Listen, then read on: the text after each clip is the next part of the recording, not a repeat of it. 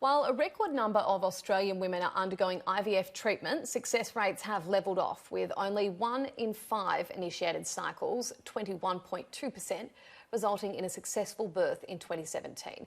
Joining me live now to discuss these issues is the writer of the piece in the Sunday Telegraph, Sue Dunleavy. Sue, thanks for your company this afternoon. A few things came out of this. What were the key findings? Well, the one finding that we found very interesting was we had a look at the Medicare data, and it revealed that it appeared there was some women in their 60s who were getting IVF treatment, getting eggs harvested, and in one case having an embryo transplanted. We did also find that there was a 75-year-old woman in Medicare data allegedly getting their eggs harvested. The Department of Human Services, which manages that data, says that was incorrect, and it's still investigating whether the 65-year-olds actually happened. But we did come across, the case of a 62-year-old woman who gave birth in an Australian hospital a few years ago. She had her IVF overseas, but there are doctors in Australia who say they treat women up to the age of 55. They usually aren't using freshly harvested eggs in those cases because it's very difficult to get get eggs from a woman of that age, and most of them had actually passed menopause, but they were able to use donated eggs or eggs that the woman herself had frozen when she was much younger.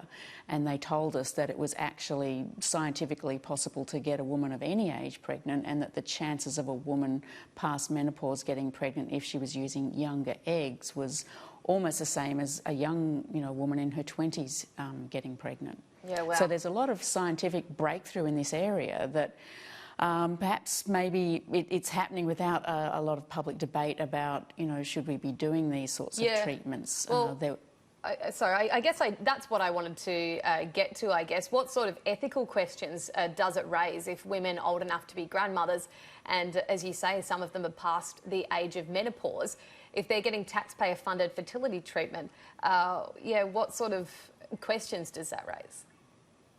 Well, the Fertility Society of Australia has some guidelines, and it says that you shouldn't really be doing IVF on women past the age of menopause, which is around 50 to 51.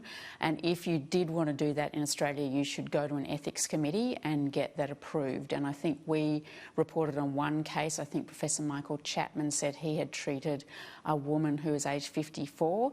She was actually acting as a surrogate mother for her daughter, who was unable to give birth. She was in her 30s, so presumably those sorts of things are going through ethics committees, and other doctors are looking at it, and it may be that many of these several thousand women between the age of 45 and 54 that we found in the statistics are doing it for those reasons, or that they may have had their eggs frozen younger. So yes, we were just sort of highlighting that this did appear to be in contravention of the guidelines that the Fertility Society had set itself. Because I guess the main concern here is that you'll have a baby born to a mother who potentially would be not around to raise the child. Yes, well, that's exactly the concern, and these doctors are quite upfront about that, and they are taking that into account. So there was a case of an Indian woman, I think, last year who was aged 75, and she gave birth, and then I think the next day her 78-year-old husband had a heart attack and ended up in intensive care. So that's the key concern, that if women that age are, well, they actually scientifically and physically may be able to have a baby, what happened? Then they may not be around long enough to bring that child up. So if it's a case of, someone acting as a surrogate for someone who's had cancer, then presumably the actual, maybe it's not the birth mother, but the mother who's going to look after the child will be younger and still be around to bring it up. But if it's the mother herself, if it's happening in their 60s, it's possible maybe that, given the average age of death in Australia is in the 80s now, that, they'll be around to look after the child into their 80s. But, we probably need to be having a discussion about these sorts of things if they're happening. I think in the past they said 15 years ago you wouldn't do IVF on a woman past the age of 45, but in that intervening period, that age has crept up another 10 years. Is it ever really up to us to decide, though, who we are happy to fund IVF for? Is that not some form of ageism? Well, I think that is the problem that we've experienced in the past when there has been attempts.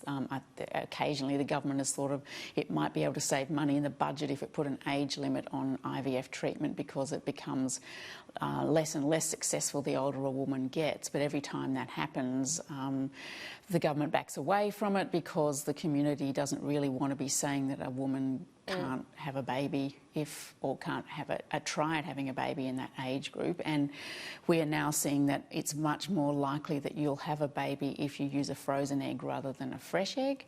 And if those eggs are young and they've been frozen when the woman was young, well, there is really no reason why she can't have a try at that because the chance of success is almost as great as if you were a younger woman anyway. Yes, some incredible points that's come out of that research, and a great article that you've written today. Thanks for your insight this afternoon, Sue.